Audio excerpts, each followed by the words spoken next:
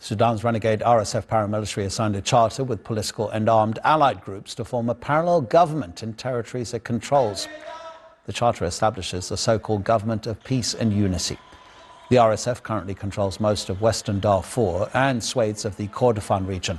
It's been fighting the army for almost 2 years. That has created a hunger crisis and the largest displacement of people anywhere in the world. From Port Sudan, here's Maman Al-Maki. 23 entities have just signed a new political charter in Nairobi, the capital of Kenya. These entities include political parties, native administration, syndicates, representatives, and also armed movements.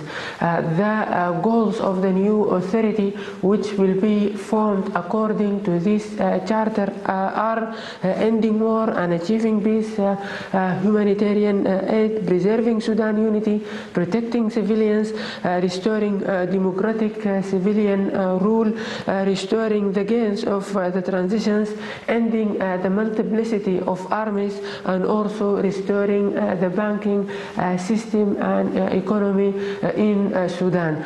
All these goals will be on the top priority of the new government, which will be formed in the areas controlled by the rapid support forces.